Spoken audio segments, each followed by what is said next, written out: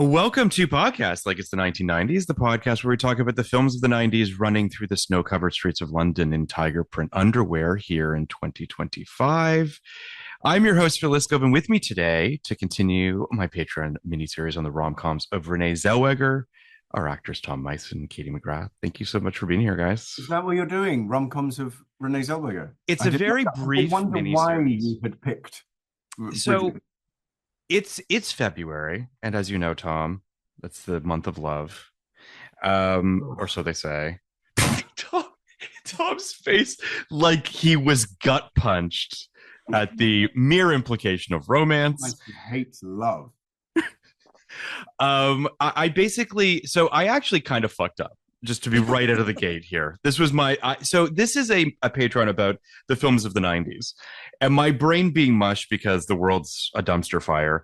I was like, oh yeah, Bridget Jones's Diary and Down with Love are both from the 2000s. And my brain just didn't put two and two together. So whatever. I was absolutely convinced that this was from the 90s. I was too. And even oddly, Down with Love. It's like 99, is it not? It's 2001. Oh. So to our listeners, my apologies. Whatever, who cares? You know what? It was probably filmed in 1999, so you're fine. Yeah, right? You're fine. Sure. Yeah. Down with Love, less so. That's just a fuck up on my part, which is the third movie in this miniseries. But yes, I basically part of it's a bridge too, because the previous miniseries I did was Tom Cruise. So the first film I did in this was Jerry Maguire, so it kind of bridged over to Renee, and here we are. But yes, I also desperately wanted to talk with you guys about Bridget Jones's Diary is ultimately what it comes down to. A movie that were the ones you thought of. I mean, you were the ones I thought of. I mean, obviously I love talking with you guys, but also just I wanted something that was the opposite of Disclosure. Thank you. something that was enjoyable, and from sort of your neck of the woods. I know, obviously, Katie, you're Irish, but still, UK, what have you. It's so weird though, because of the Oscars and substance and everything with Demi Moore. I've been thinking a lot about Demi Moore and Disclosure, and all of that in the light of what's happening. So it's stayed with me. The first episode has stayed with me, and that movie. That was always my intent. My goal was to make never Demi leave me now. It's to make Disclosure stay with you as long as is humanly possible. I mean, God bless Demi Moore. I hope she wins the Oscar. The substance is wonderful. I hope she gives a shout out to Disclosure in her Oscar acceptance speech. Fingers crossed. But I am curious, obviously, about you guys in rom-coms. Are you fans? Because Tom, I don't think of you necessarily as a rom-com guy, but I could be proven wrong. Are you? No. Shocking. Not especially. Listen, I think there are a lot of romantic comedy. This is my point. There are a lot of romantic comedies that I really, really enjoy. But you ask me if I like it as a genre. Right. And I'll be a real asshole and to say, no, of course I don't. But actually thinking through it, there are loads that I love. Sure. But I refuse to accept that I'm a rom-com fan. Person. But I think there are many different types of rom-coms. Do you know what I mean? Yes. Mm-hmm. And it's a dead genre right now, it feels like. We're in a bit of because I think that, and this is one of, I don't want to say one of the last big ones, but it kind of is, in the sense of a beloved piece of IP in terms of this book. We'll talk about the book as well, but like that got a lot of people into the theaters, right? And we don't, like, I've talked about this with Emily on the main feed. We've talked about like Emily Henry, who's this sort of very big rom-com book author right now, and how Emily is convinced that someone will crack that code and get those to theaters, and that could get people back into seats again for rom-coms. It's tough because streaming has kind of taken that baton, and they suck. So well that's it. There still are rom-coms, but you've got an entire Hallmark channel and all these Netflix ones that they're doing, so they still are being made, but they're not. You know what, it's very much like panto. It's like pantomime. Oh sure. Nobody wants to admit that they love pantomime because it's done badly so often, and you think you can get some. That's the point of panto. Shut up, Katie. Sorry for making, sense of your argument. Absolutely, it's not. Wait, pantomime, is that like mimes? Is that what we're saying? No, pantomime. Because Americans don't have pantomime.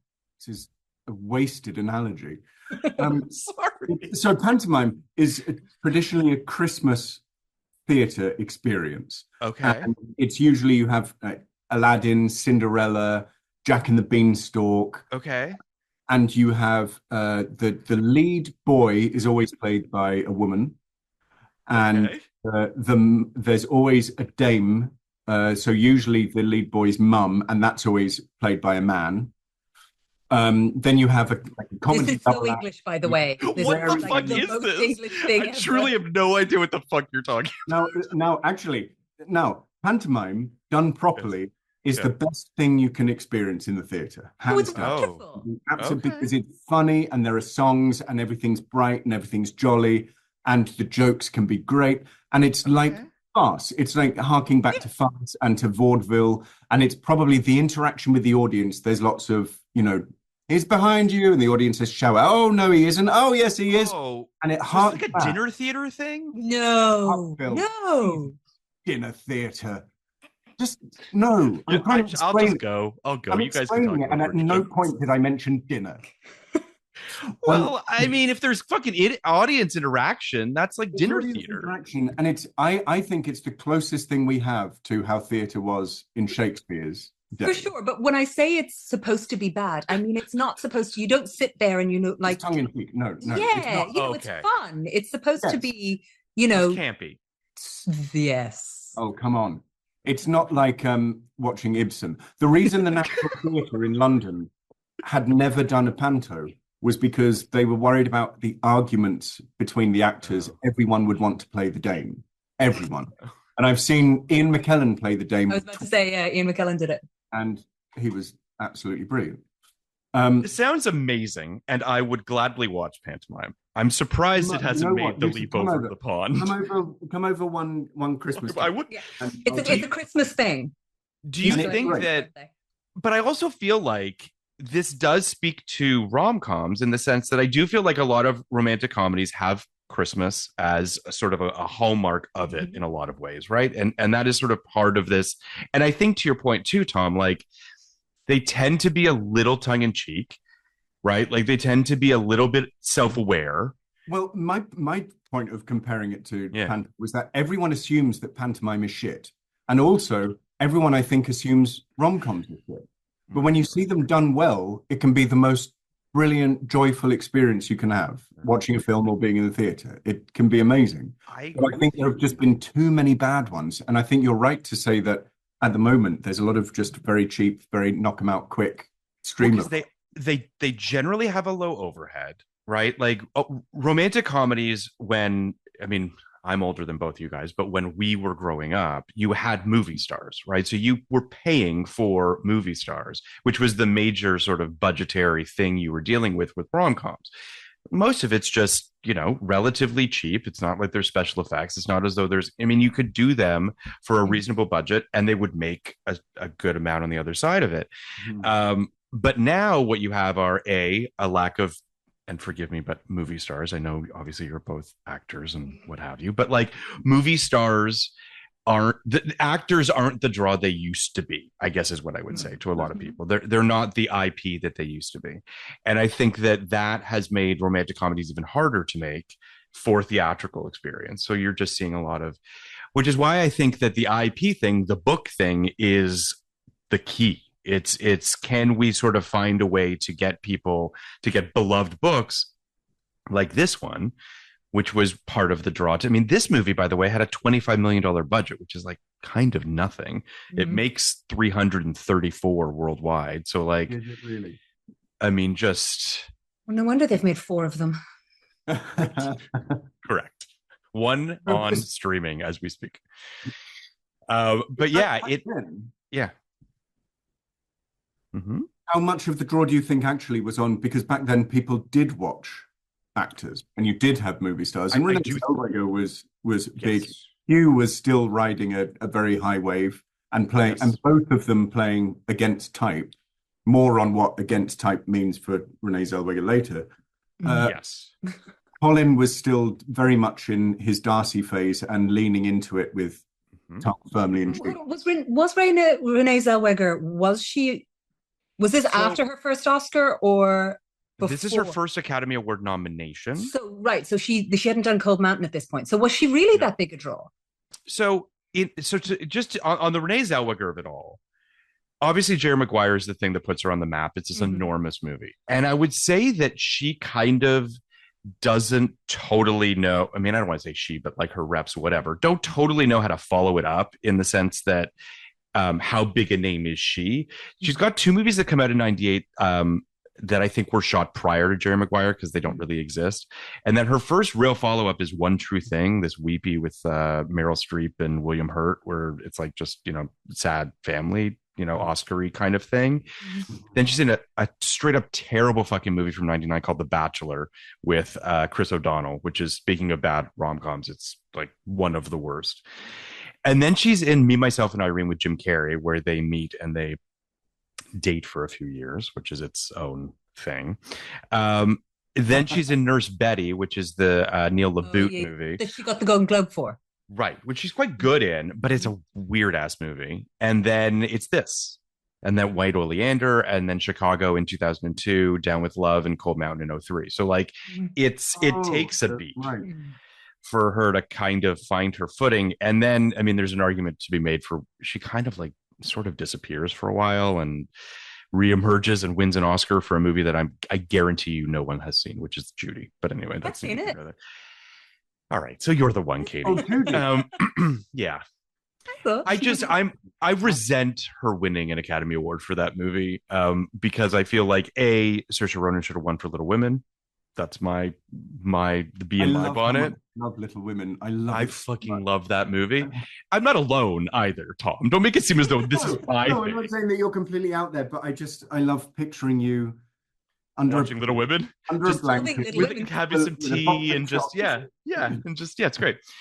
I feel like it's a prime. My issue with her winning for Judy is more of like it's my issue with the Oscars being narrative drawn as opposed to the performance, right? Which is that like Renee comes back from pseudo retirement, if you will, and gives us a good performance where she pretends to be somebody else. The Oscars fucking love a pantomime or what have you. They love that shit, and it's just kind of like, guys, what are we doing? When was the last time the person who won the Oscar was someone you went, you know what? Yeah. I mean, Cillian Murphy in Oppenheimer for me, I thought, yeah. Sure. And actually Downey, I thought he so last year, Katie. This is my point. Because I used to always say, like, the bar for me for Best Actress was Le'Veon Rose, Marion Cotillard. I thought she was beautiful and wonderful in that. And if you're not on that, I'm like, then why? So Renee Zellweger, to bring it back to this, getting nominated for Bridget Jones, I was like, right. We're going to get to that because that is no idea she was nominated for that. Her first Oscar nomination was for this movie. I definitely want to unpack that because that is we will have that conversation. I do think, like, I'm just looking at Best Actress over the last like 10 years or so, and listen, there's obviously some spotty wins. People that win because of a career, win because of Sandra Bullock. Entirely against winning. Do you know what I mean? Sure, it happens more with. I'm not against a career win per se. I just feel as though, and not to get engendered, but I do feel like it happens more with women than it does with men, which is that they're put through the paces more than I feel like men are a lot of the time. And I think that, like, when you look at Julianne Moore, Kate Winslet, these are two people that gave us a staggering amount of performances that are just unbelievable. And what did they win for? Still Alice and The Reader, two movies that like straight up don't exist, that is just like, we have to give it to them because it's been a million wonderful performances, and what are we doing?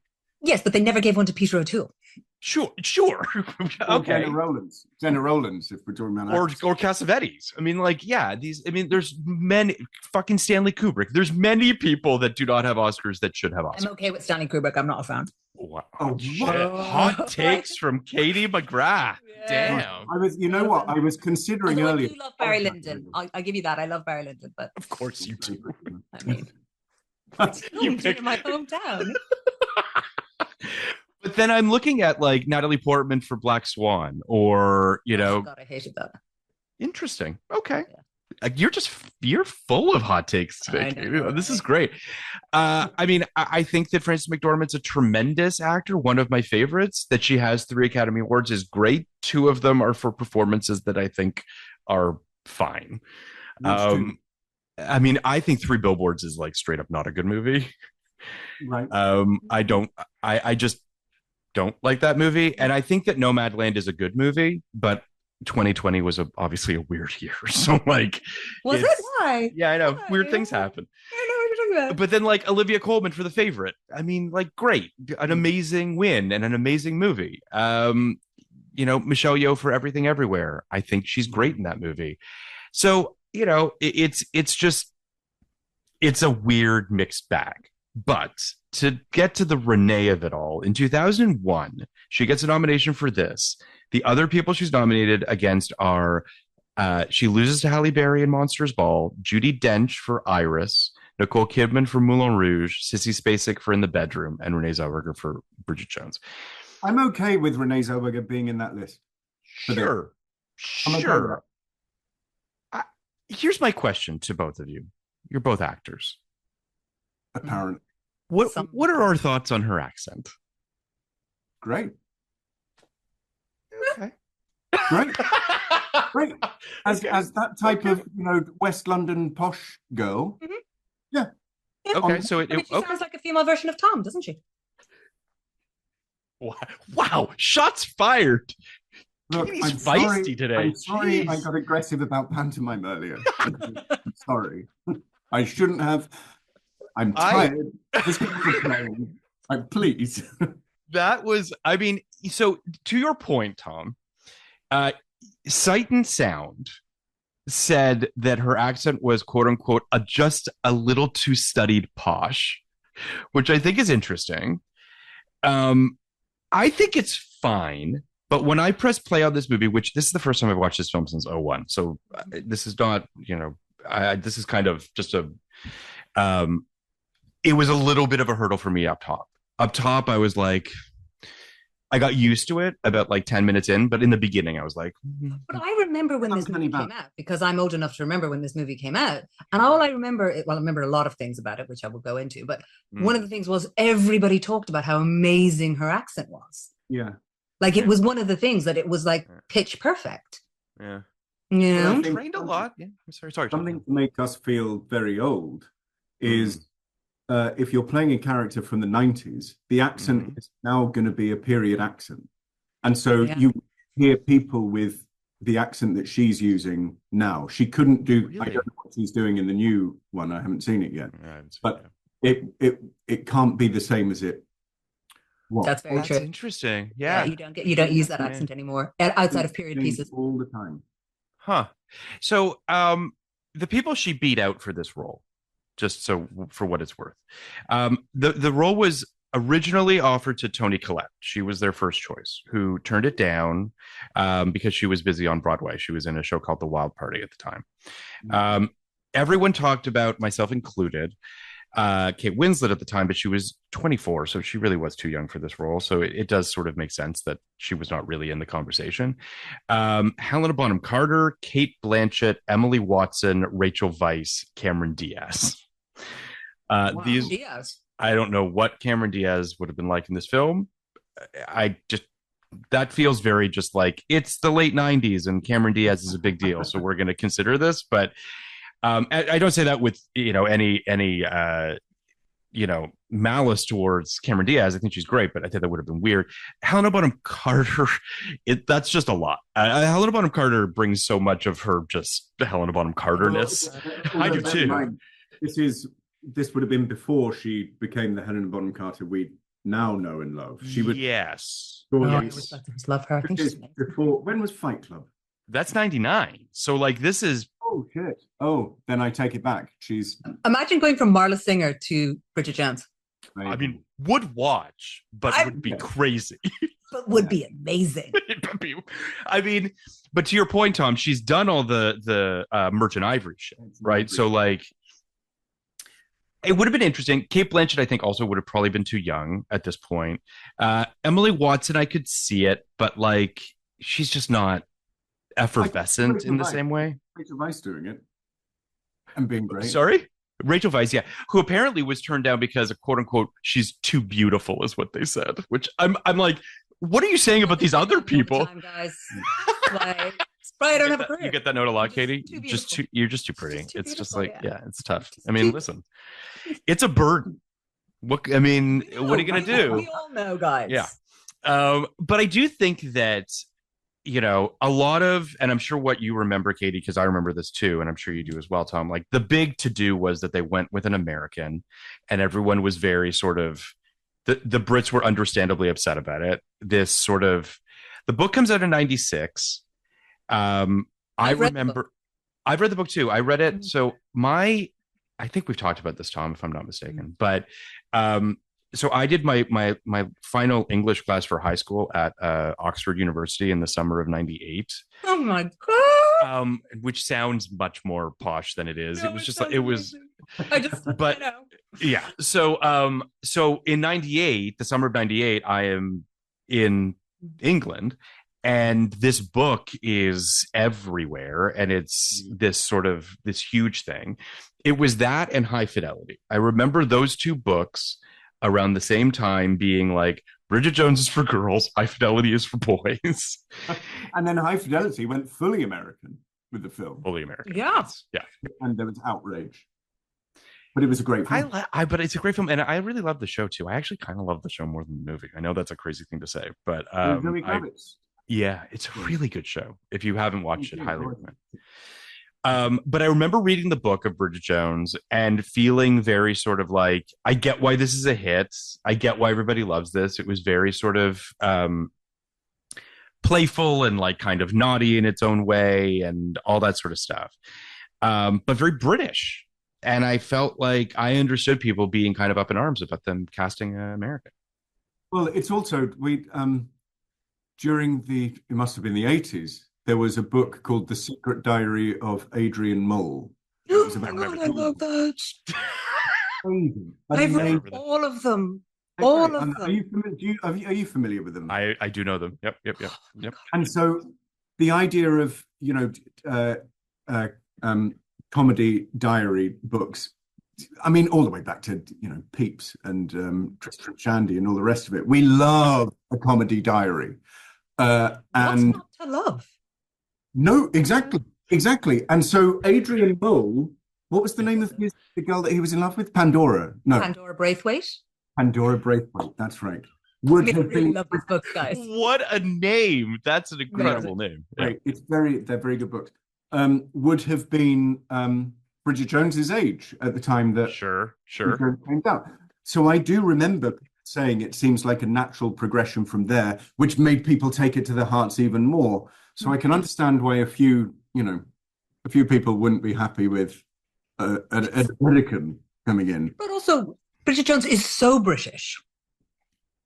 Yeah, which is, she really is. It's not like she's nowadays characters, I guess, tend to be more transatlantic because media is very transatlantic. But and it was back then. But Bridget Jones is still very, very British and very British humor.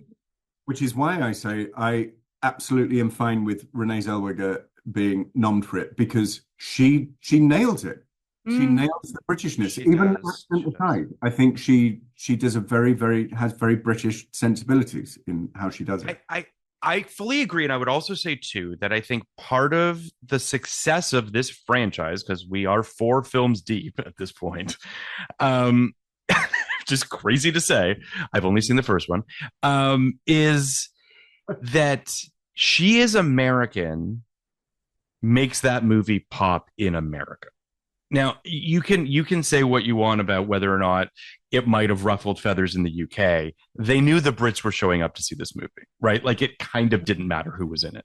Getting Americans to show up for it is a hurdle in and of itself. Now, admittedly, this is 2001. We're post kind of uh, the Richard Curtis boom that's happening around this time as well. So Four Wings and a Funeral, Notting Hill, like Hugh Grant is a name in the States, as you mentioned earlier, Tom. So like there is kind of that's certainly helping. But I think if you didn't cast Renee Zellweger in this film, I think you would have had a steeper climb to get this movie to make as much money as it made in the States, for what that's worth. But I'm going to give a little bit of context for our listeners. At the start of the new year, 32-year-old Bridget, played by Renee Zellweger, obviously decides it's time to take control of her life and start keeping a diary, as everyone does. Do people still have diaries? Is that a thing? No, we just call it journaling now. It's true. It's true. Now, the most provocative, erotic, and hysterical book on her bedside table is the one she's writing. With a taste for adventure and an opinion on every page, from exercise to men to food to sex and everything in between, she's turning the page on a whole new life. Google, thank you for that wonderful synopsis. Bridget's diary opened on April 13th, 2001 against Spy Kids, Along Came a Spider, Joe Dirt, and Blow. So quite the time at the movies. As I mentioned, it would go on to make $334 million on a $25 million budget. It is 80% on Rotten Tomatoes from critics and 81% from audiences. Roger Ebert gave the film 3.5 stars. This review. Glory be, they didn't muck it up. Bridget Jones's Diary is a beloved book about a heroine both lovable and human, and is made against all odds into a funny and charming movie that understands the charm of the original and preserves it. The book, a fictional diary of a plump 30-year-old London office worker, don't love that word either, Katie, and he uses this several more times, was about a specific person in a specific place. When the role was cast with Renee Zellweger, who is not plump and is from Texas, there was a gnashing and wailing. Obviously, the Miramax boys, who've done nothing wrong, obviously. I was wondering when we were going to get to that. Would turn London's pride into a Manhattanite or worse. Nothing doing. Renee Zellweger put on 20-something pounds and developed the cutest little would-be double chin, as well as a British accent that sounds reasonable enough to me. What a review, Roger. 3.5 stars out of 4. Why can I ask something? Because I do think this every time. I've been on this podcast a few times now. Yes. You always give us Roger Ebert's review. Yep. And I have respect for people who dedicate their lives to studying film and critiquing film. Mm-hmm. Sure. Why is he so revered? Because he seems they're problematic, right? I think first of all, he did win a Pulitzer. So so actually, by winning a Pulitzer, you assume that his vocabulary would stretch beyond plump. Plump. I mean, rest in peace, Roger Ebert. But yes, I do think the reason that we chose, and by we I mean Kenny and I, way back in the day when we started this podcast back in 2017, we picked him because he does feel like the American. No, and that's what I mean. I don't mean why did you choose him? I just he really has, because even before I met you, I was very familiar. He's the guy, the American critic who we all know. I think. I speaking from my own experience, I mean, obviously Siskel and Ebert were sort of these totems of criticism, right? They were they were the first guys that made the transition to television, and their reviews obviously held a lot of weight. I think that Roger Ebert was considered intellectual in the way that he kind of broke down film. But I also think he did.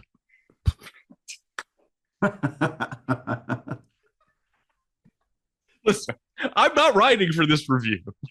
I do think part of it is every review is something about breasts, or the man loved boobs. He talked a lot about boobs, and like I said, an intellectual. That makes it okay. I got it. He likes boobs on an academic level. Right. I mean, I remember when we did Disclosure, he talked a lot about Demi's boobs in the review.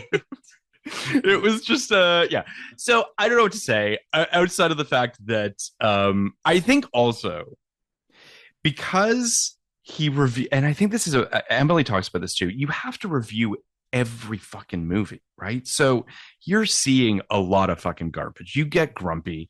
You start to like, you're just looking for straws and trying to think, grabbing at anything you can that is interesting. For him, it's boobs. I don't know what to tell you. But plump. I I was just going to say grabbing at straws, grabbing at boobs, plump. Is this where we're like? it's this is that listen, Roger Ebert, God bless you. We miss you. I don't know what to say. I do think that this movie had quite a development period. Working Title got the rights to this book. I honestly think maybe at the galley stage, if I'm not mistaken, or like shortly after its publication. So they were trying to get this thing made for quite some time. The thing that I find interesting, Sharon Maguire, who directs this film, gets the gig.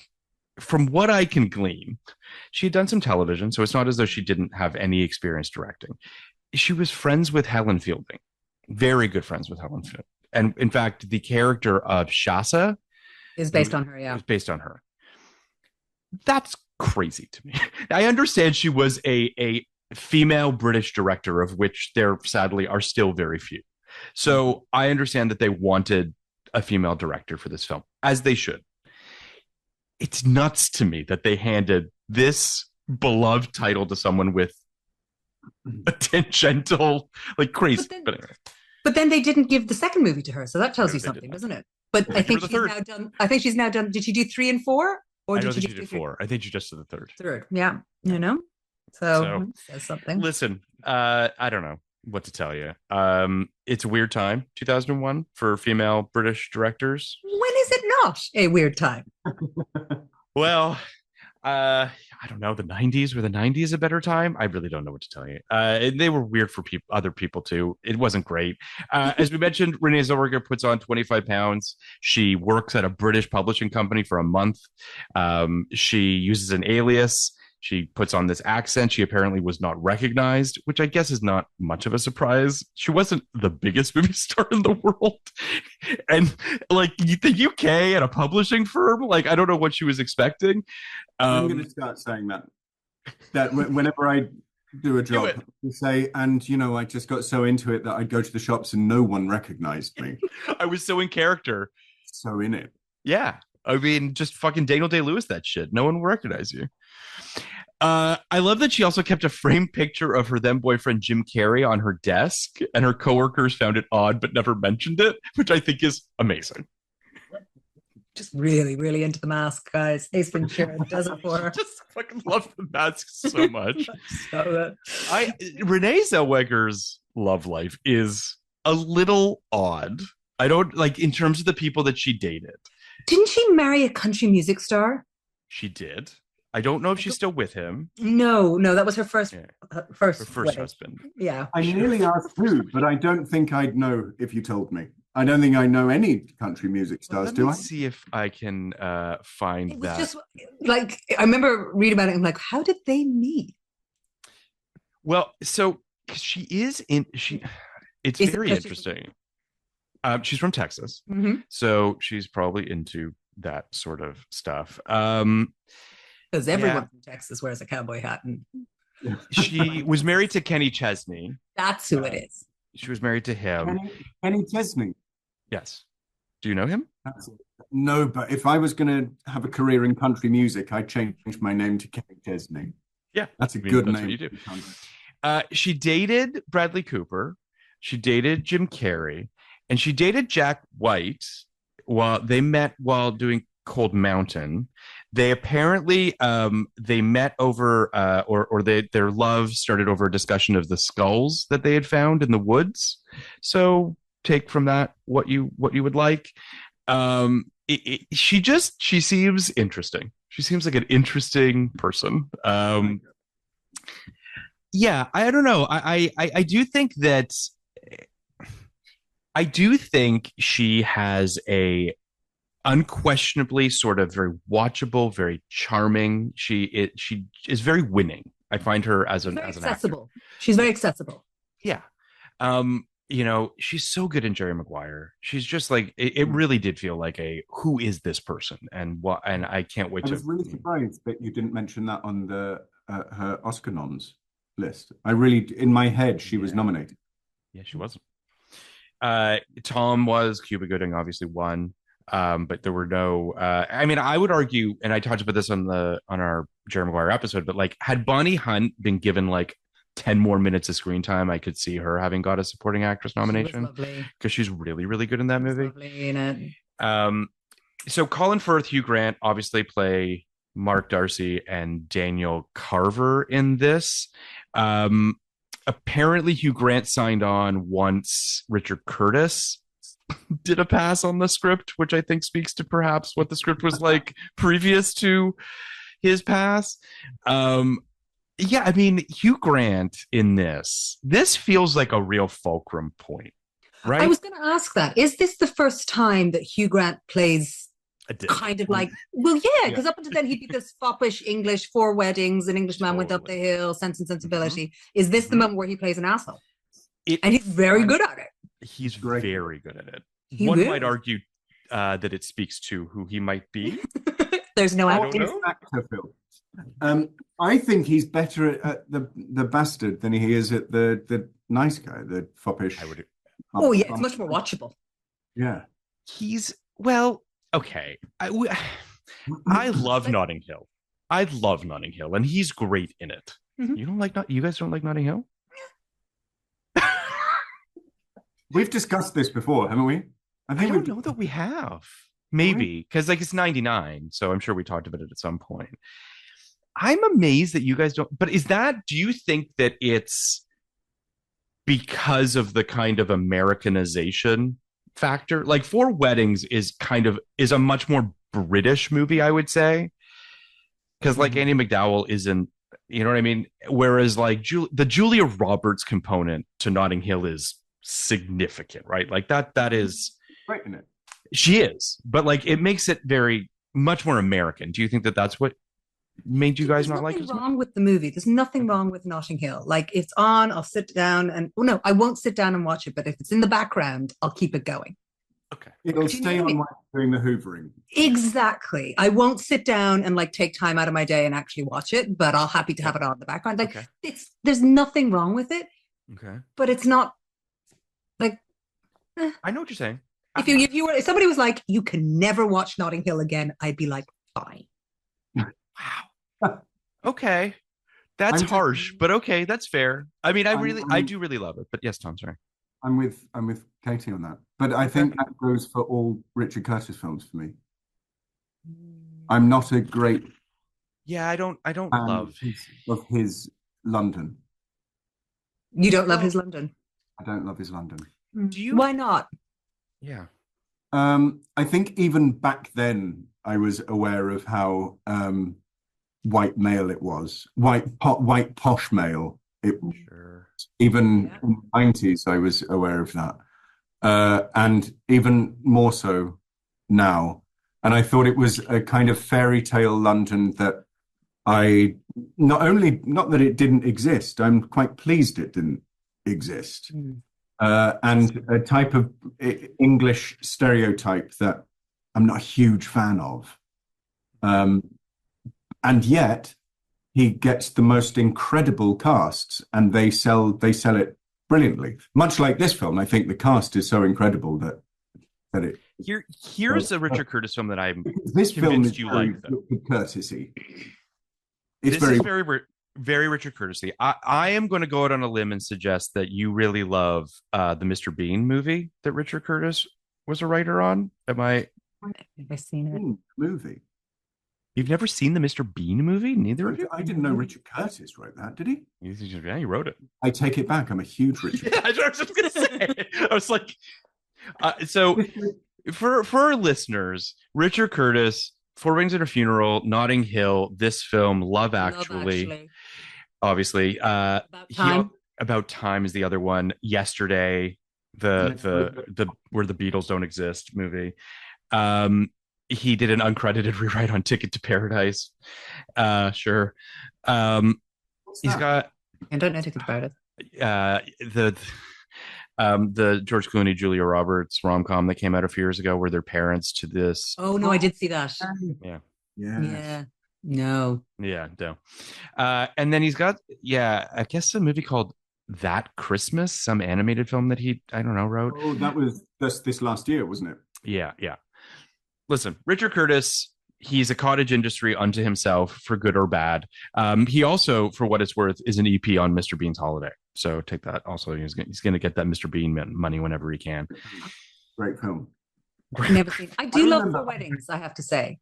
It's a good movie. I like Four Weddings. Yeah. But I think we know the TV show's better, though. Thank you. oh God. I'm going to go to the minibar and.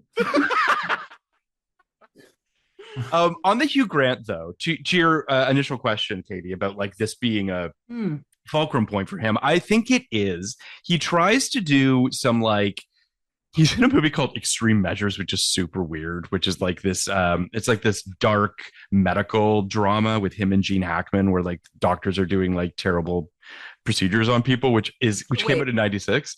Really? Gene Hackman and Hugh Grant did a movie, and I have not seen it. Extreme Measures came out in 1996. What a cast! Hugh Grant, Gene Hackman, Sarah Jessica Parker. I mean, I'm in. I think we might need to do an episode on Extreme Measures, just a bonus, guys, just to talk about that fucking weird ass movie. He does that. Then he does the unfortunate Mickey Blue Eyes, which is one of the worst comedies of 1999. But then he's in Notting Hill. Then he's in, he has a bit part in Woody Allen's Small Time Crooks in 2000, a movie no one needs to watch, obviously. Then he's in this, and I think that, to your point, this, then 2 weeks notice, then About a Boy, feel like he's like, oh, I have another gear, and it's I'm an asshole. And it's so good. It's a really good gear that everybody seems to love. Great gear. I should live here. I should break the speed limit in this gear. You know, he plays the prime minister in Love Actually. You know, he dances. Everyone loves it. He voiced himself on his secretary. I don't know. You know, then he's in Music and Lyrics, where he plays kind of the same thing. He plays a dick. He's great in Cloud Atlas, where he plays a myriad of very inappropriate and problematic roles, but he's great in it. And then he kind of goes away for a bit, and now he's sort of in his supporting character. Asshole first? Yeah. I mean, he should have got an Oscar nomination for Paddington 2 because he's incredible in it. Everyone says that. I haven't seen Paddington 2, but like my brother is like, it's the it. best movie ever, and Hugh Grant is unbelievable. You have no idea how good it is, Katie. Everything about it is delightful. Really? Do I need to have seen Paddington 1? No. You know, it's a bear who likes marmalade, right? Of course I know who Paddington is. He's You're from good. Peru, and he keeps the sandwiches in his hat. You're good. You're fine. Yeah, just watch. Right, so, although I will. We just the first one is quite good, and Nicole Kidman, by the way, as the villain, goes for it, and God bless her for it. She really is, but it's lesser than the second one for sure, but it's still quite good. Sorry. Do you think that? All right, you say Hugh Grant is amazing in Paddington Bear 2. Correct. Do you think that the Oscars were just like, no way, it's Paddington Bear 2. We can't even look at it. Fucking consider it. There's no question in my mind that they didn't like, even did not even think for a second. But I could be wrong. I think it's deserving of. I genuinely believe that he should have got an Oscar nomination for it. In 2017, I'm just looking up Best Supporting Actor. I'm just curious who got it.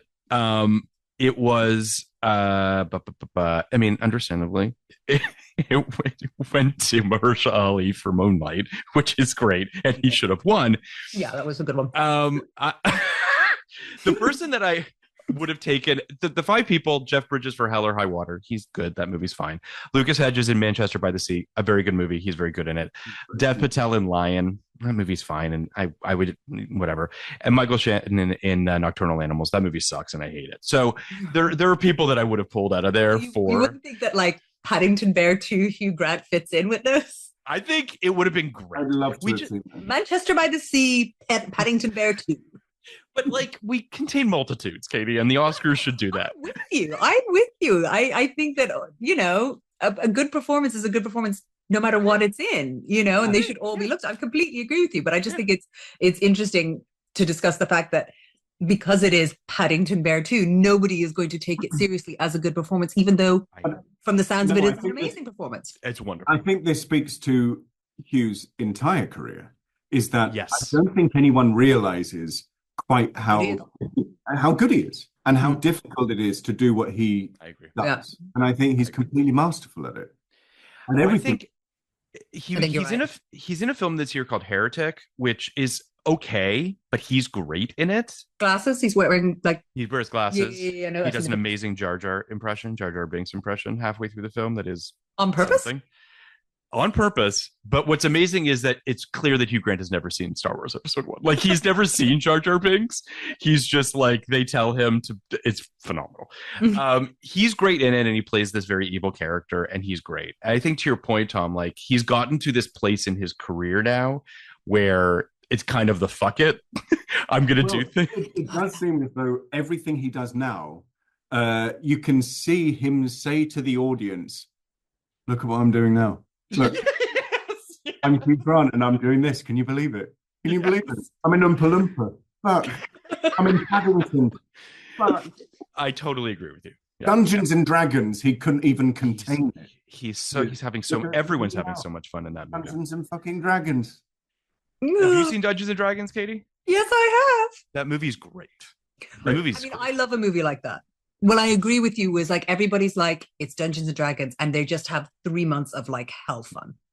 Yeah, because they're not having a blast. Yeah, because they're not trying to do anything serious, and then you get a very different type of performance because there's no weight on the performance, and then you enjoy watching it.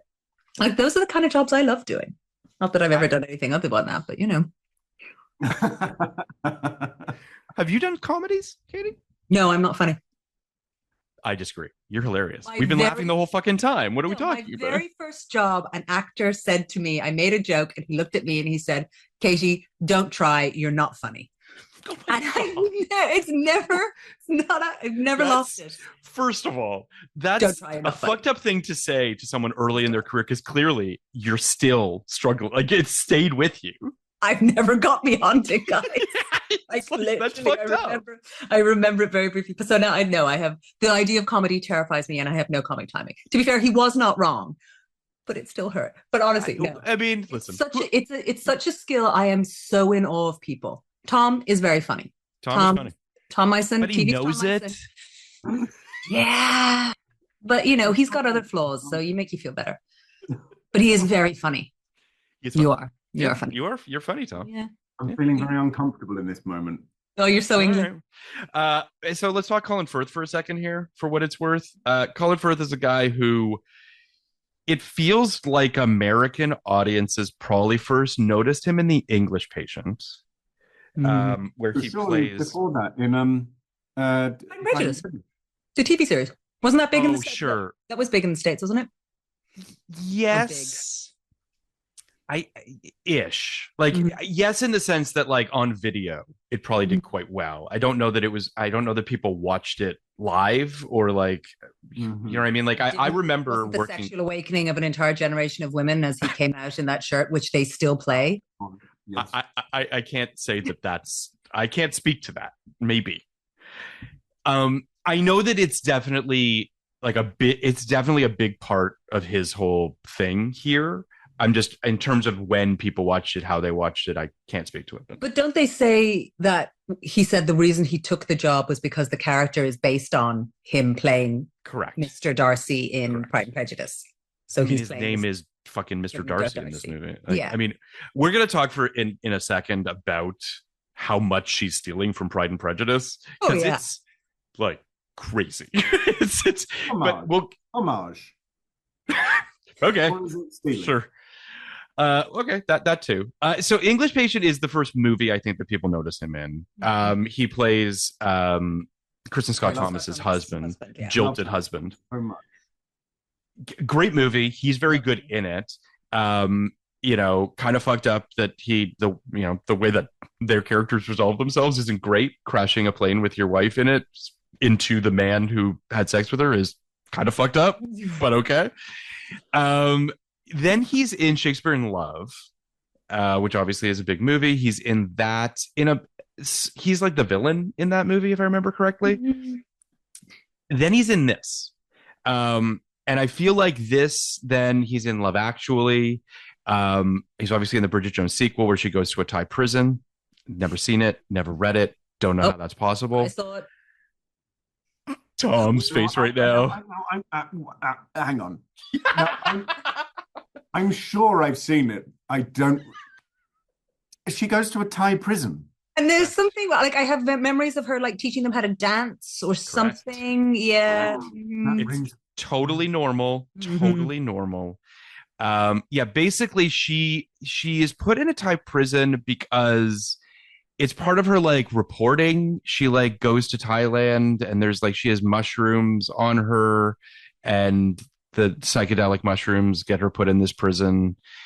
Listen, guys, I don't know. It was 2003 or 99 was when the book came out. Anyway, thank God that Mr. Darcy was a human rights lawyer, so he could get her out of the Thai prison after they broke up. And what a lovely meet cute to bring them back together, and not at all offensive to Thailand.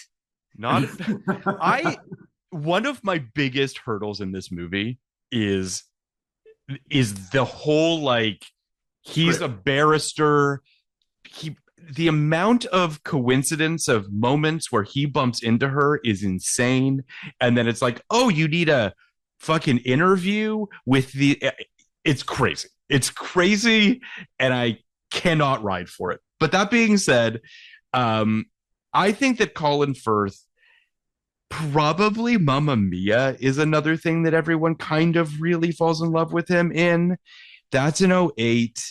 Then obviously he wins the Oscar for The King's Speech, everyone's favorite movie that's obviously better than The Social Network. And I don't know why we would ever think for a second that fuck that movie is basically what I'm saying. I don't love The King's Speech. Get to that point because it really seemed that's where you were going. It's fine. I just whatever. It's like we allowed, I was talking to a friend of mine about Fincher movies the other day, and what's amazing is they don't date.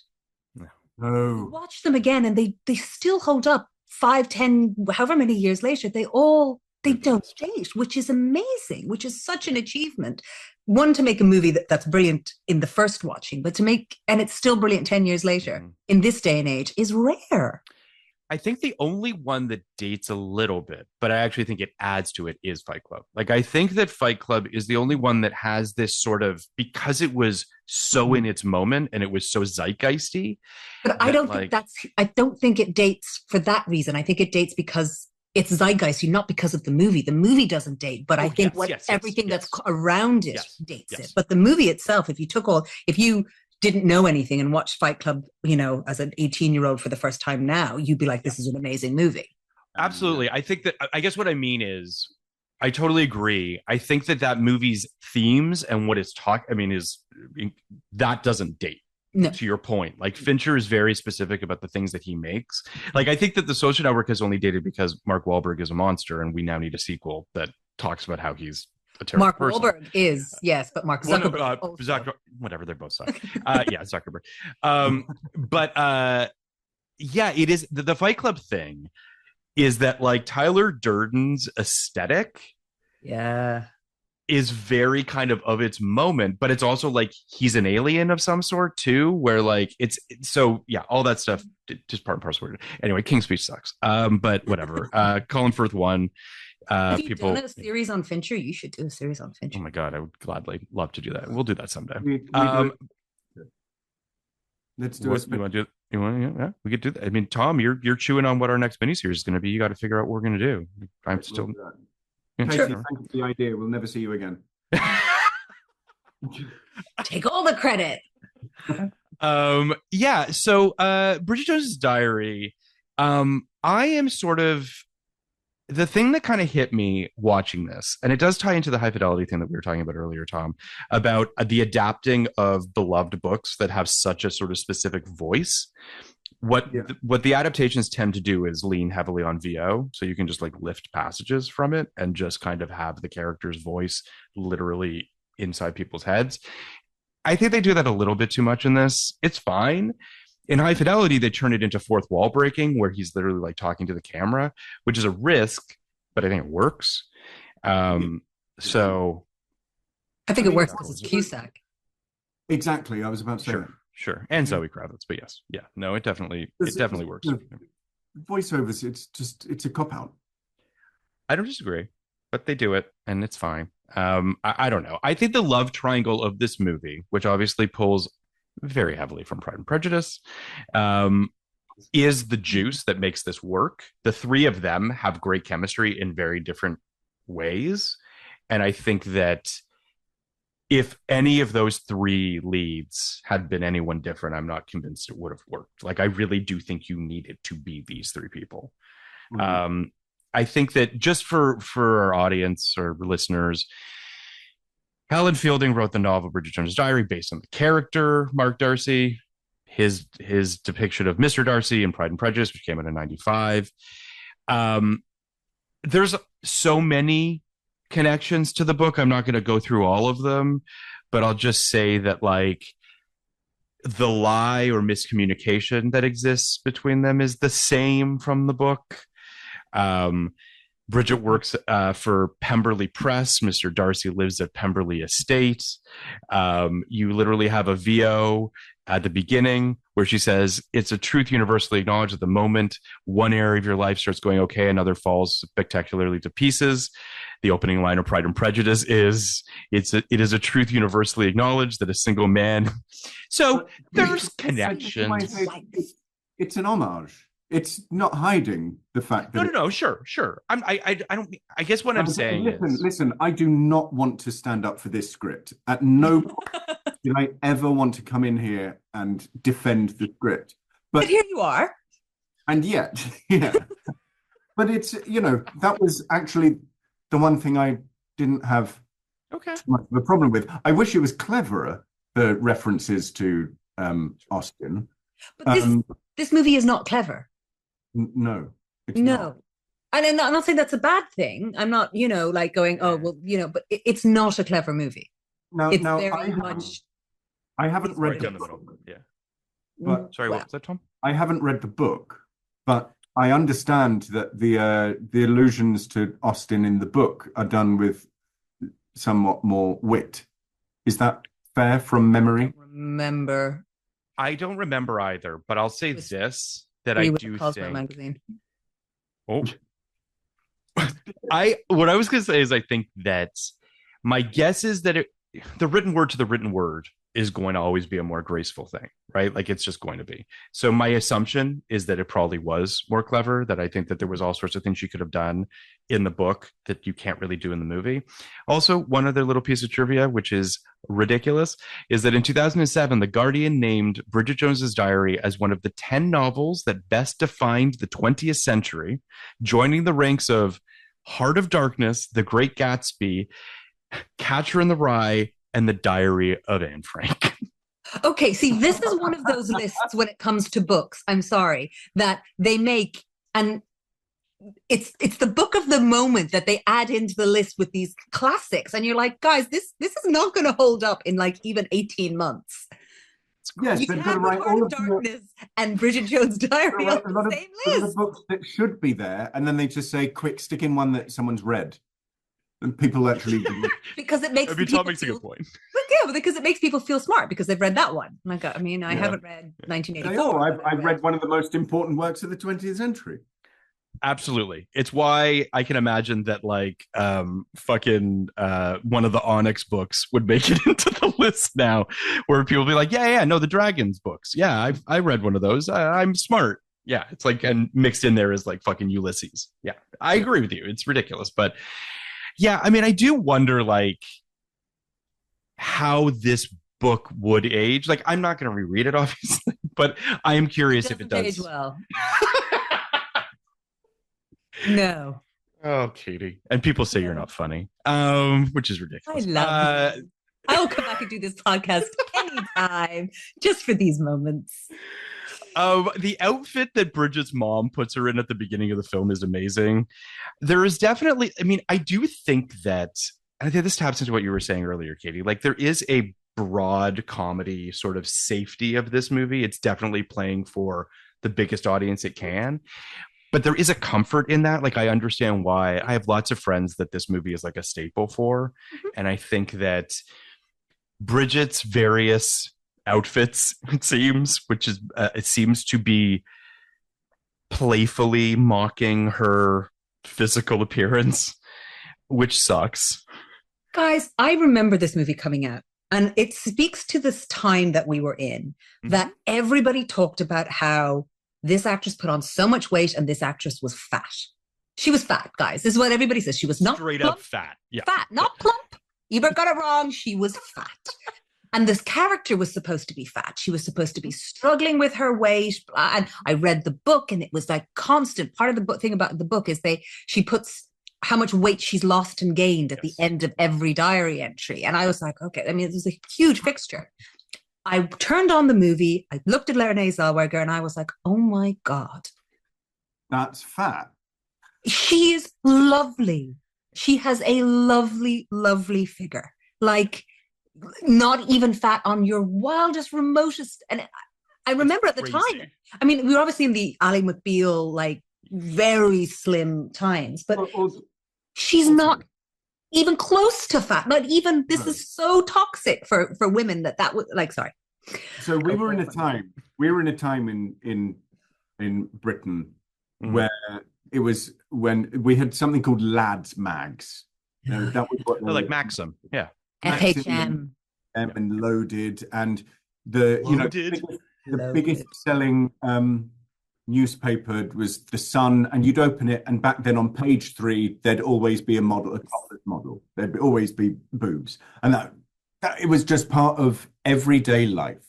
Every single magazine was with women in their underwear on the cover everywhere.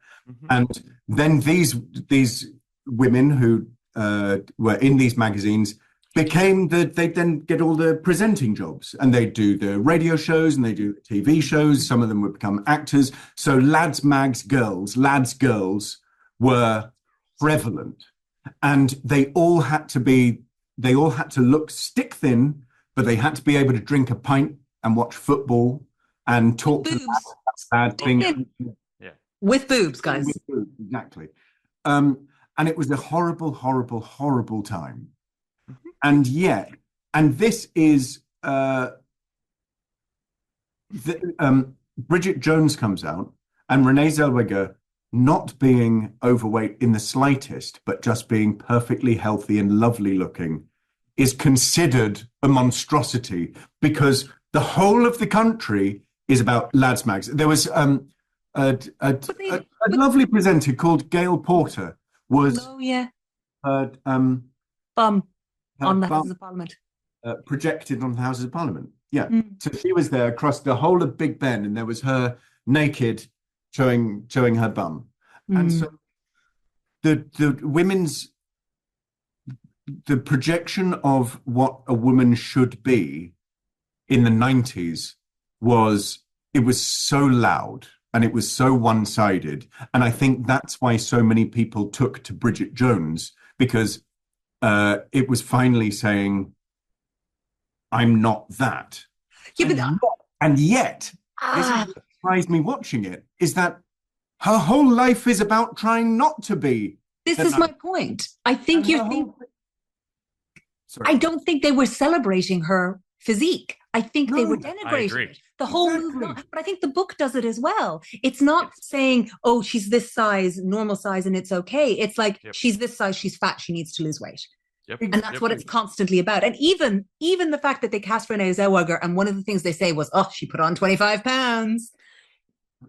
Well, and then on top of it, they made I just did a Google search. They made such a stink out of the weight loss program and diet that she went on to lose the weight after the role. It also should be said that, like, you know, I don't know the specifics of Renee Zellweger's sort of, mental health when it comes to weight loss and gain and all that sort of stuff. But is a very slight person. For the majority of her life, she has been very skinny. Mm-hmm. And I want to believe that this isn't part of PTSD of playing Bridget Jones, but like, I don't know. Like, it's also just, and you guys know as actors, like, it is not healthy to do crazy shit with your weight. It is not good for your body. And I just feel like it's all part and parcel of what you're saying, the toxicity of this situation, which in theory, I agree with you, Tom, that like a lot of women looked at Bridget Jones, the success of Bridget Jones as a character is because they see themselves in her physically. And that is good. But what's not good is that the movies are denigrating her physical appearance. So it's like, it's this weird dissonance. But I think that's what it is, that women did see themselves as looking at this woman who isn't happy with how they look, because they'd come out of, like Tom said, a culture of all of these lads mags that tells them that that size is too heavy. And they could see Bridget Jones, who is constantly trying to lose weight. And they're like, oh, I understand that. That's me too. I'm not happy with how I look. And this movie speaks to that and reinforces it by saying that she's fat, when please, she's like a size 12, 10, like. I mean, she's not so fat, but it is one of those things too that, and I mentioned this earlier, but like the accentuating of it, right? Like they are putting her in outfits that are unflattering at times to make, as you said, to make her look unflattering is its own mind fuckery too. Shot of her going down the fireman's pole. Fire pole. Yeah. God. Well, that whole scene, I'm just like, what is this? That could go. That really could go. Yeah. It's very like comedic set piecey thing. There's also this this whole thing with Hugh Grant's messages to her at work. Oh yeah. You could not do that in 2025, let me tell you. But he's considered charming for it. It's from a different time. He's like, oh, that's fucking crazy. But at the time, he's a lad. He's posh, but he's a lad. It's at the part in the movie where you're trying. They're making you fall for him, and this is what they're using. The device they're using to make you fall for him. This is a very different time. It's great, and like I know she's pushing back, quote unquote, right, in the sense that there's this kind of, and I assume that women still have to do this, unfortunately, which is find that sort of balance of like not offending and the various things that in the culture we still live in when it comes to women in the workforce and all of that. She obviously is into him and she obviously wants to have sex with him, but she's also like doing this push and pull thing through their messages. But like he's talking about how her skirt is, non-existent. And but also you have, she is wearing these ridiculous outfits. Yes, but also you have as your lead, as your heroine, a woman who needs a man like she needs breath. And that really surprised me because I didn't remember that. I always remembered her just being, she's got her career and she's, for then, very progressive. But that wasn't there at all. It's everything about, I have to lose weight so I can please get a man. And I have to stop being charming and being myself and so I can get a man. And then finally, there's a man who says, I'm going to paraphrase that, I like you just as you are. I like the way you are. The line is, perhaps despite appearances, I like you very much just as you are. The most British way of saying I like you. I'm sorry, despite his appearances, despite her appearance. Chubby, which means I'm okay. I like a chubby girl, is basically what he's saying. No, yeah. That was me quoting Rodney Ebert for yes. Plump. Likes a plump girl. Yeah. I really, really, really couldn't believe how desperate they made her. It is very, very unfortunate. It's on its face. It's on billboards in like Piccadilly Circus or whatever. Like you're seeing it literally, her weight is like projected on there. Oh, like there's just things that, is just crazy. It's very strange because it is talking out of both sides of its mouth. And again, like I do wonder if the book is better about it. I don't know if it is.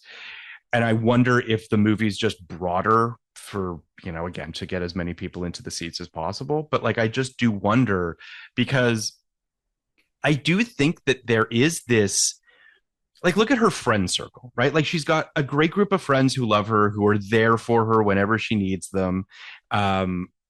Less so her being there for them, but that's whatever.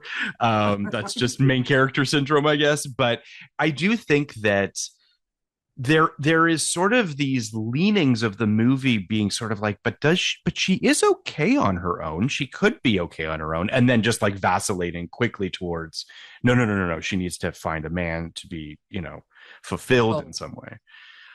Yeah. It's not great. Salman Rushdie's cameo is weird. I don't really get it. Listen, they have him for one day and they really use him. That's true. They did get their money's worth. Again and again and again. Yeah, I don't know. I love a movie, or any movie for that matter, that's about the publishing industry. Something that we just do not see anymore. So... Well, because there's not so many rom-coms, because so many rom-coms take place where the women work in publishing industry, because that's where women get jobs. It's not great, but that's what happens. Yeah, it is. Like, even just we on our main feed, we did The Holiday recently, and the whole Kate Winslet character in London basically is Bridget Jones. Mm-hmm. I mean, she works at a publishing firm. She's in love with her boss. She's shagging her boss, all that sort of stuff. I love that Hugh Grant calls Bridget Jones. It's just got such a great, like, it's just him being like, Jones is great. I don't know. I just love that. Can you guys explain Tarts and Vickers to me, please? Because I have no fucking idea what's going on in this. Oh, Tom, please, you will enjoy that one. No, go on. Well, I mean, it's fancy dress, like sluts and saints type of. Do you know what I mean? Do you know what I mean? It's a fancy dress theme. We don't do that here. That's what I'm saying. Americans love to dress up. What are you talking about? Yeah, but sluts and priests or sluts and saints is not a theme that we ever use. I mean, listen, in my experience, yes, when England wants to do a costume, it's very themed. Yes. Okay. And in America, it's just a costume party and everybody can do what they want. But in England, it's very themed. Is that right, Tom? Okay. It's more specific. And Tarts and Vickers is an old-fashioned suburban theme. So all of the men dresses Vickers and all of the women dresses sluts. Can I just say that how like unbelievably patriarchal is it that the men dress up in the most basic priest outfit, but the women all have to dress up like whores? Like, what the men can dress up like whores if they do. Oh, okay. Interesting. And the women, okay, that's cool. So you could have a woman come as, the Pope. Cool. There was a female Pope, so it's fine. There was? Yes. I didn't know that. So they say. There's a whole thing about it. You have to go. Is that why Conclave? Okay. Way back, medieval. That's cool. Can we get another female Pope, please? She was dressed as a man, but they think she was a woman. Oh. See, there's a whole thing. Weirder. I just want a straight up like female Pope. A Popus? I don't know. What do you Popess? I'm just like I think that would be fucking rad. Puppet? It sounds great. Why does it have to be a man? What's what? Mean guy. Why does it have to be a man? Do we have to? There's a lot of Catholicism here. Yeah, we don't need to. Moving on. I think that Bridget asking Daniel if he loves her after like 2 weeks is a crazy thing to do. It's a little needy and a little crazy. She's coming on like I've never seen a person. It's just like, you need to chill out. Like, it's crazy that he's anyway, whatever. I mean, I guess he's doing things with other people on the side, but it's just whatever. It's all very strange.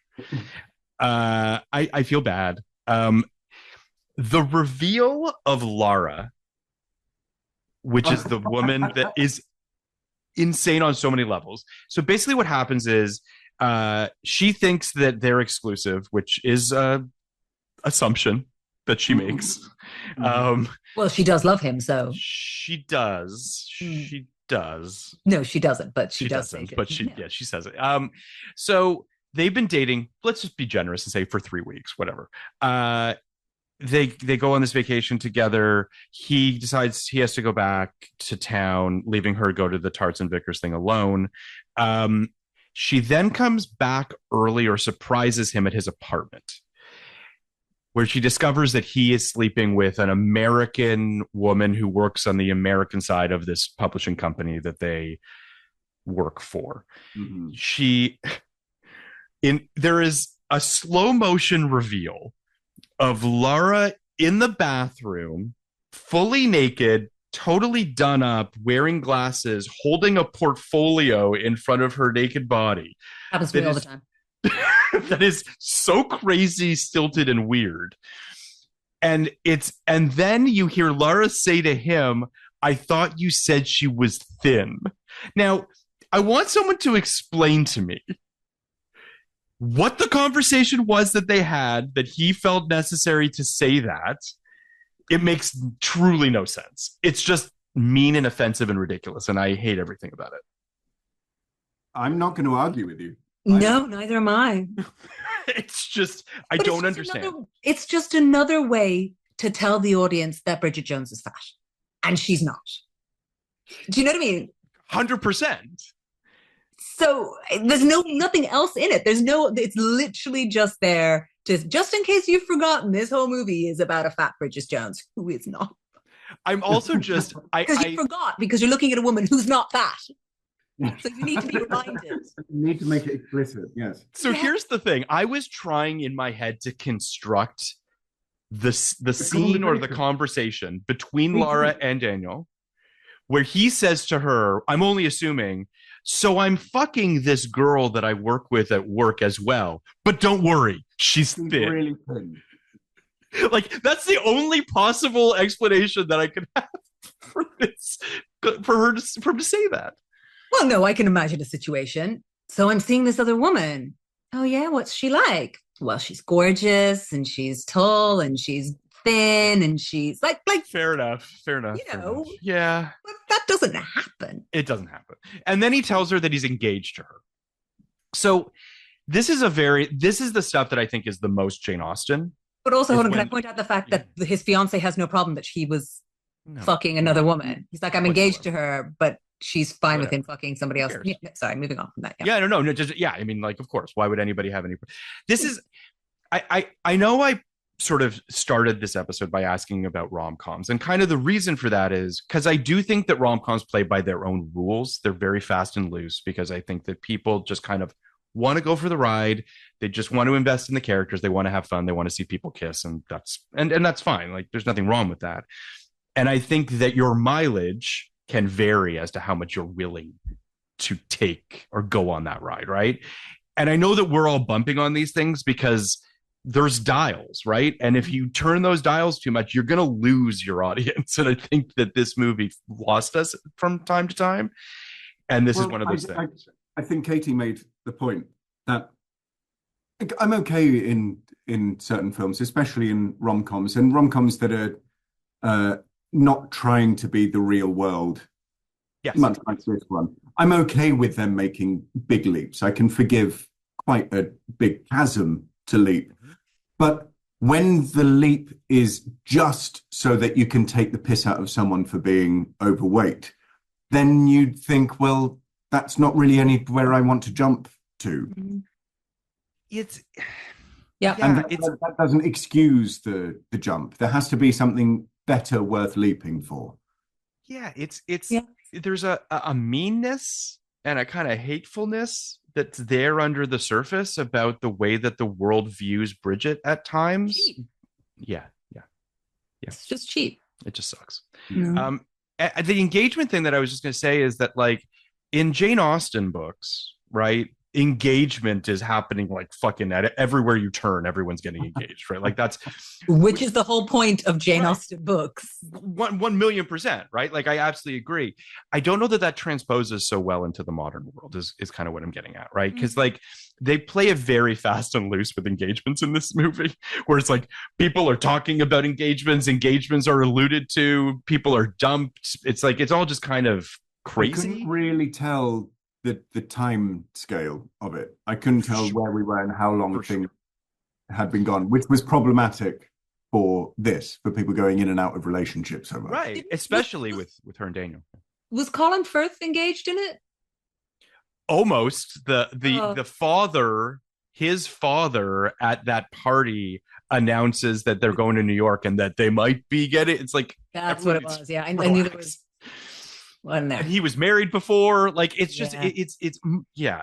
Nuptials are happening like all over the place. It's But that's the crazy. point of a rom-com. Yes. Is to get to the altar. All rom-coms, that is the point, to get matched up Which and is to get to crazy. the altar. So it makes sense that this is entirely about that. And it's surrounded by engagements and marriage. It's like that whole scene where she sits at the table with all the smug married couples. Do you know what I mean? It's that type of thing of like, I want to punch all of them in the face. well, they Every were very last smug. one of those couples. Yes. Because I am the single person at those tables. So Me too. Don't worry about it. I'm not bitter. yeah. So when she finally tells Daniel off, we get one of the sort of most brash needle drops you'll ever get of Aretha Franklin's respect as Well, this movie ain't subtle. Come on. Like, why would you expect it to start now? we're all the way now. Listen, I'm all for the message. Give me a feminist message. Give me women being in control of their destinies. I'm all for it. And I know it's 2001, but blasting Aretha Franklin into my ears while a bunch of women nod at each other makes me want to just jump out a window. Like it's just like, what's happening? I have this is when I watched this a couple of days ago. It's the first time I've ever watched a film on my phone. I've never watched. Where were you? Serbia. I don't know. Why were you watching it on your phone? He was watching it in his bathroom while his escaping from his family. Yeah. I because I didn't have access to anything else at the time, and I thought, you know what, it's only an hour and a half, so that's a good thing about the film. Yes. And I watched it on my phone, and I've never watched a film on principle on my phone before, and I probably never will again. But this one was fine watching on the phone. And during there's a ringing endorsement. Yeah, watch on your phone. You won't lose watch on your phone. When it came to respect, I went 10 seconds. Yeah. Yeah. And actually, all of the singing, they're all by myself. Flip up 10 seconds and another 10 seconds. And another 10 seconds. That went on for a long time. The all by myself thing feels like iconic from this movie. Like I do think that there is iconography. Pajamas. The very beginning where she's sort of like dancing to the title that's coming up. And like it feels very sort of like when I watched that the other day, I was like, yeah, I get why this movie's still with people, you know? Completely. I understand. Yeah, I mean, the fight between Mark and Daniel in the street I loved that. Is great. That was really funny. Because they're both such kind of babies. So there's a lot of like kind of kicking in each other's general direction and like not really wanting to a lot of slapping. Yeah. It is great. It's more of a real fight, which is why I thought they shouldn't have smashed through the window. Yeah, it's like kind of one step too far. Yeah. Well, that ruined it. Yeah. Apart from that, I do like Daniel on the ground saying to Bridget, if I can't make it work with you, I can't make it work with anybody. And him thinking that that's romantic, right? like, I think that is his character in a nutshell. But he says, if I can't make it with you, I can't make it with anybody. What makes her behavior in their relationship so wonderful? Okay. So I'm going to give them maybe a little bit of credit here. Insofar as that when there is sort of like two little montages of the two of them where you and it doesn't go far enough for me, but there is kind of an old school banteriness to them. His nickname of calling her Jones, of like just kind of their sort of that je ne sais quoi is a little special. I think they could have gone farther with it, but I do feel like why they would have fallen for each other. Yes. I can understand more why she fell for him than why she fell for Darcy. Yes. Yes.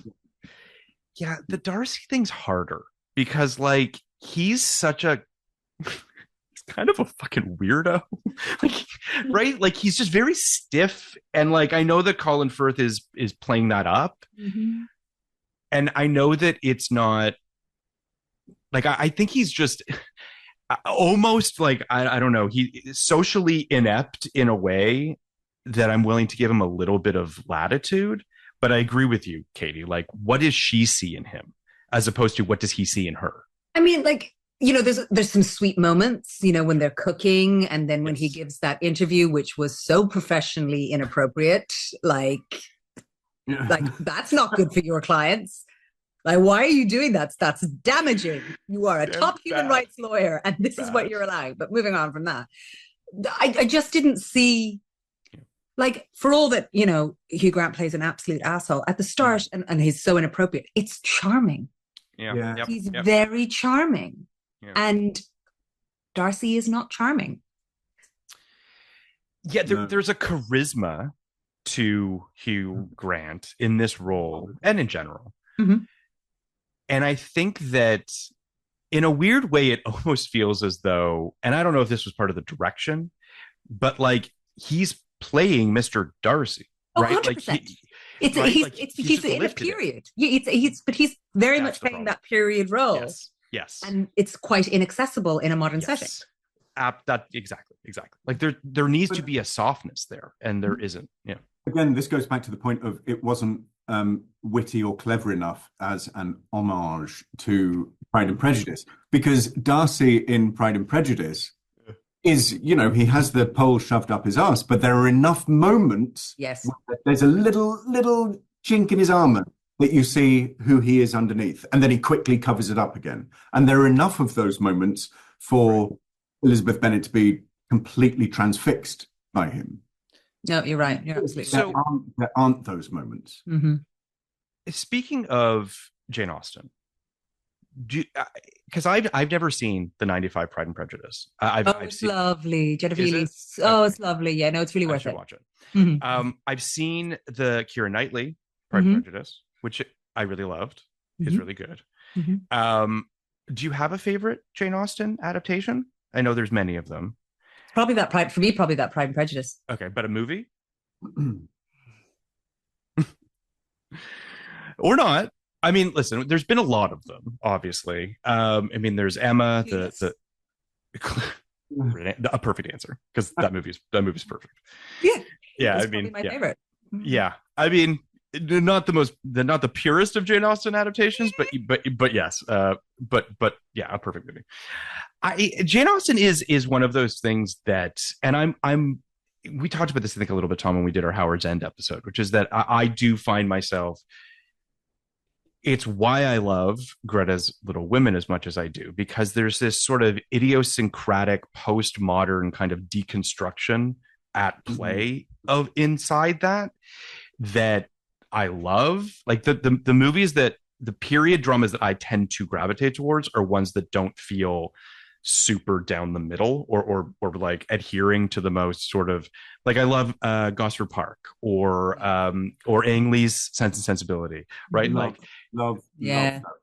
like those films, there's a different thing there. There's an intangibility that makes it feel different and doesn't feel like just another kind of stuffy period piece. A show I did 1,000 years ago called Lost in Austin. And it was about a girl, modern girl, finds a door behind her sink in her bathroom. Were you Wickham? No, I was Bingley. Oh, it would have been a good Wickham. There's nothing more British than what just transpired. Okay. Were you Wickham? No, I was Bingley. Sorry, continue. Yes. Sorry, no. And she goes through this little door in her bathroom and she swaps places with Elizabeth Bennet. So Elizabeth Bennet, sure. But it follows the girl in Pemberley. And the writer, Guy Andrews, was brilliant and knew Pride and Prejudice completely inside out. So that as an homage, it was it was perfection. It was just absolutely brilliant because he loved the characters, he loved the setting, and he had a great big sandbox to play around with them a little bit. And he did so with complete reverence to Austen, and it was great. Which, again, I don't think there was an. Now, I'm not a huge Jane Austen fan, to be honest. It might surprise you, but I'm not a massive. But I would have liked more of that. If you're going to be so openly taking from the source, then I think it could appeal because Austenites, those who love Jane Austen, are incredibly vocal, and there are a lot of them. Yeah. And I think you really could have aimed more at them and at people who have read Austen and read Bridget Jones's Diary, and then it would have elevated the whole thing a little bit more. Or maybe I'm just being a pompous. I agree. I mean, she kind of, from what I've read anyway, about the other books and movies, kind of throws away all the Austen stuff, right? Like she doesn't really do any more kind of homage, as you speak of, in the books or in the future films. This does bring up something for me that I think is interesting, because I, generally speaking, do not like when a turn or a reveal happens based on miscommunication or misunderstanding. It drives me fucking mental. Like I hate when I'm watching a film and then 90 minutes in, a character realizes something that they should have known by just asking a goddamn question 90 minutes earlier. That stuff drives me kind of mental. I'm willing to give it to this because that is a hallmark of Jane Austen's work, which is fine because, again, like it's a different time and she was writing in a different period. So I'm fine with that. But for us to do it today feels lazy. Like I really kind of, and it makes our characters seem dumb and they're on their back foot the whole time. Mm-hmm. So we know as we're watching this film that Daniel's the one that screwed over Mark. Like there's no world where Mark was the guy. Like it doesn't make any sense. So when that revelation happens, you're like, yeah, okay, fine. Yeah, fine. Like, why did it take us this long to get here? But sure. I do like that at the end of the film, also, why is it shot like it's going to be a huge reveal to the audience? Yes. Because of course it isn't. It's a huge reveal to Bridget, so make it about Bridget, not let's have an excuse to show a naked woman writhing on top of. Yeah, I don't. The pop flashes to the flashback is also very strange. We just don't need it. It's just, again, another opportunity for, I guess, a titillating sequence of. I mean, produced by Miramax yet again. Let's listen. Never done anything wrong. Obviously, that company is flourishing. But yeah, I do think that I agree with you, Tom. It should be from her perspective, and if it's from her perspective, then we wouldn't have these flashbacks. Like we wouldn't be. But honestly, maybe that was a note. Like I've done jobs where you give the final edit and it comes back with not enough tits and ass. So maybe that was just. A friend of mine who wrote on a show a little while ago said the amount of times they got notes, and this is the exact quote. We need more organic sex. So basically, fruit and vegetables. Sorry, more sex scenes, more whole food, more whole food. Organic. Make it organic. Make it organic. Cool. Yeah, I mean, I love when they say organic because you're just like, well, it can't seem as though we're just asking for tits and ass. It's like, but that's basically what you're asking for. So let's call a spade a spade. Yeah, I mean, I do think that the end of this film where Mark shows up, goes to New York, comes back. Not really sure why. I don't know how long he's been in New York. just right. Yeah, so I mean, whatever. So he goes to New York, comes back, says, I'm not going to New York. But okay. And then sees her diary, the titular diary, and sees all these terrible things that she said about him. And this got me. This really got me. He's like, you know what? I'm going to change her mind. Yep. Not like, fuck you, bitch. This makes me love her more. Yeah, what a good guy. What a guy. And what a piece of shit she is. Like, I don't Like I don't. I don't know. I have to run to the bathroom. First of all, Continue. Okay, Like, go. 2 seconds. Go. Yeah. first of all, Yes. don't read her diary. Don't read her diary. Don't read her fucking diary. And if you aren't to read it, don't tell her. Yeah. Here's But the other actually, thing. no, ignore that second one. Don't read her diary. You And don't- then yeah. I'm going to go and buy a new one because you're going to rewrite that fucking diary and you're going to say nice things about me.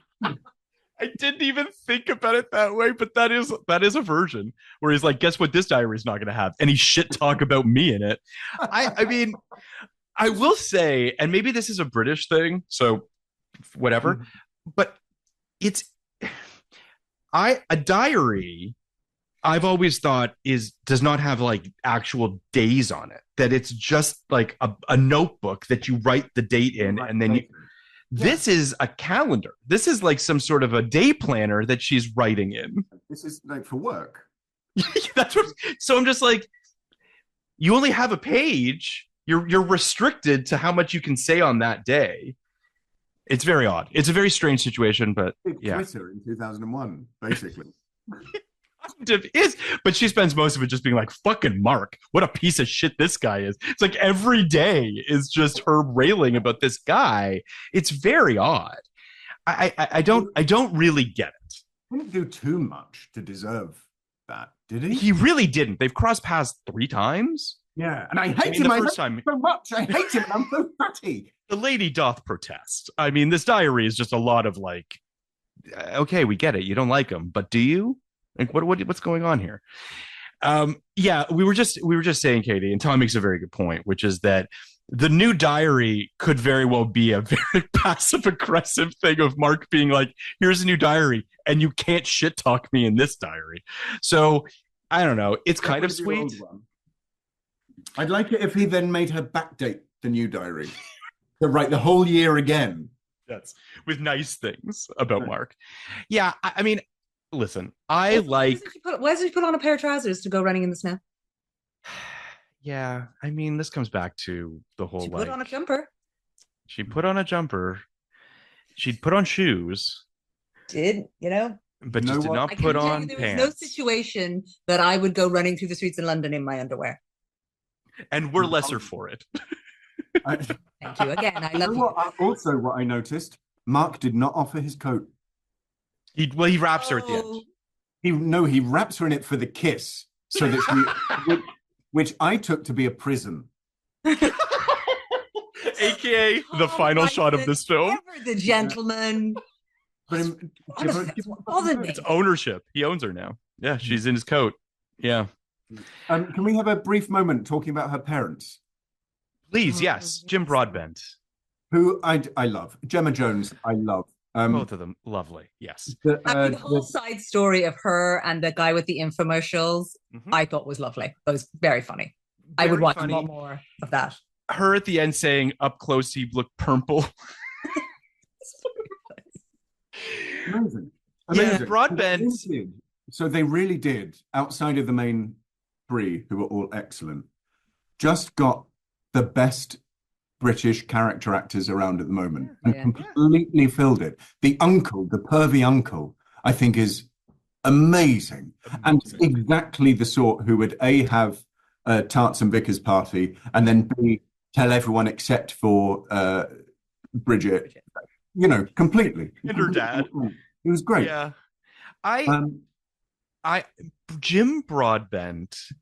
The other thing about this movie that I thought was really interesting, everyone's smoking up a storm in this movie. So many cigarettes in this movie. It really shocked me. I was like, 2001, Jesus, this is a lot of fucking cigarettes. People were nervous. Jim Broadbent out in the garden by himself in a priest outfit, just smoking, is just wonderful. I love him.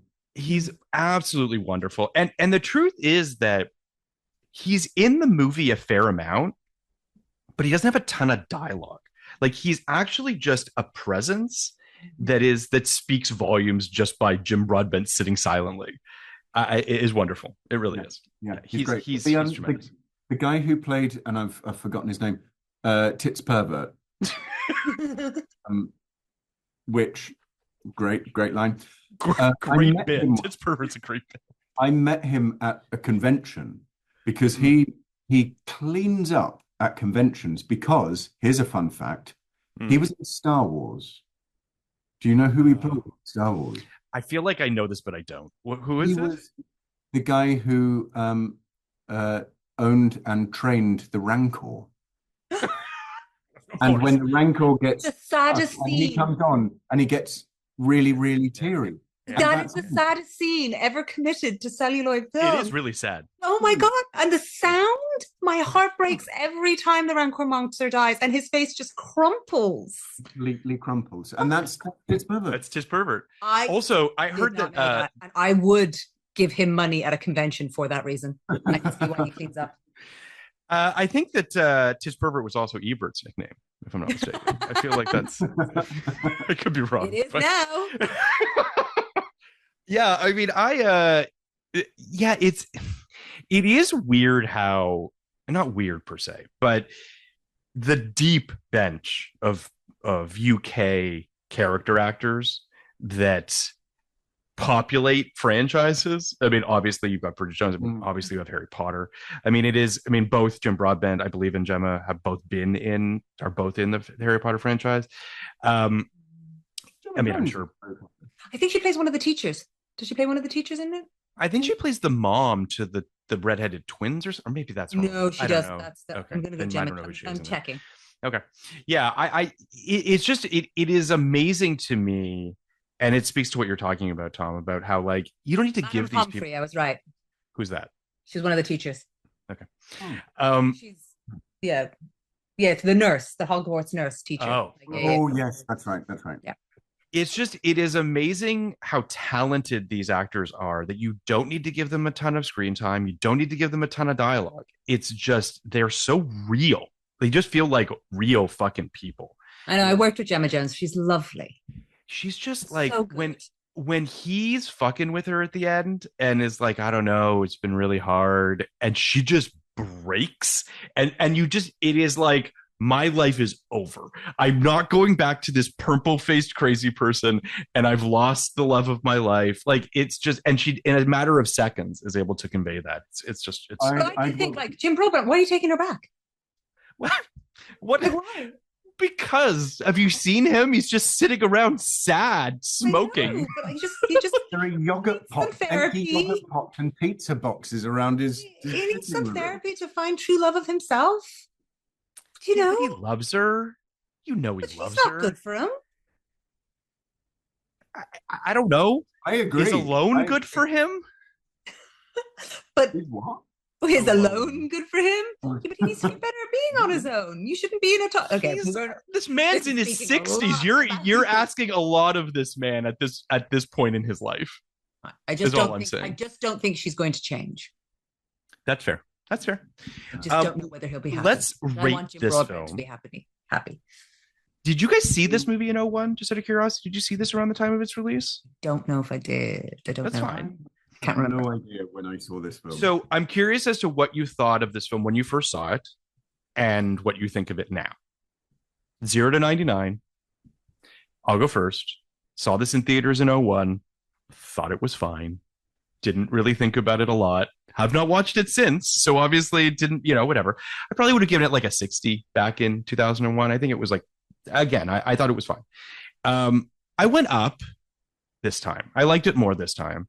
I think just time's been relatively kind to this movie, especially for the three leads, in terms of just seeing them in the early days of their careers, just kind of crushing it and knowing how to do this.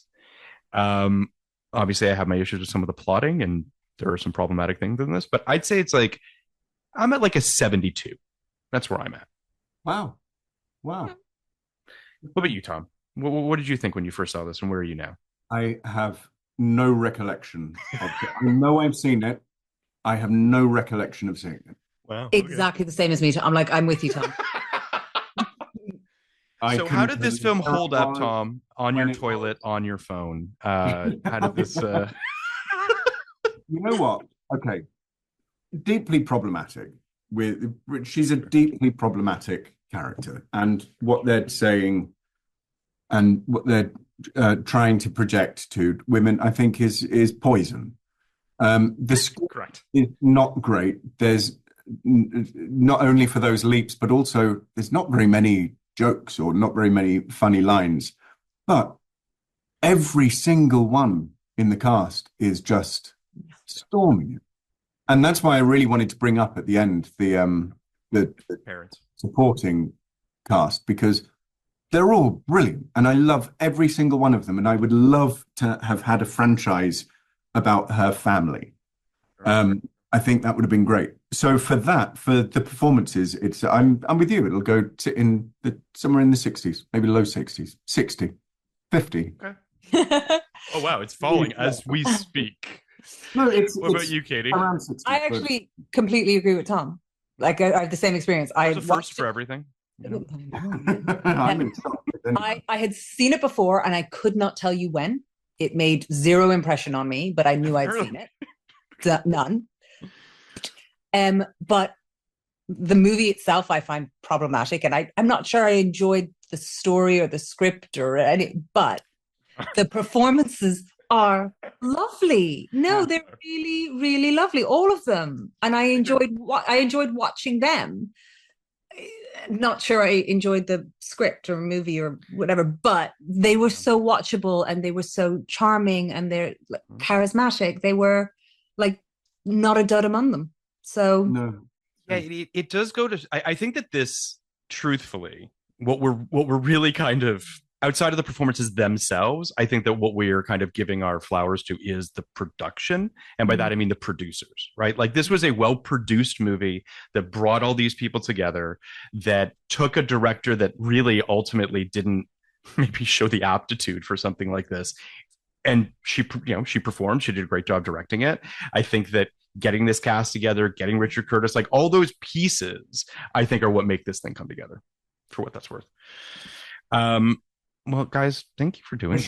Michelle Gish was the casting, and she was okay. She was one of the best. She was great, and the just old school proper, see it on the page and knows exactly who to get, and that's why it was so great. And it does feel like there isn't a bad performance in this movie, whether or not they and not a bad cast. Lines. Everybody's perfectly cast. Yeah, no, totally. I have a question to ask you guys. It's completely off the subject, but I want to throw this in here. Please. What do you think a David Fincher rom-com would look like? I mean, we have one. Fight Club. It's called Gone Girl. Is that okay? Rom-com?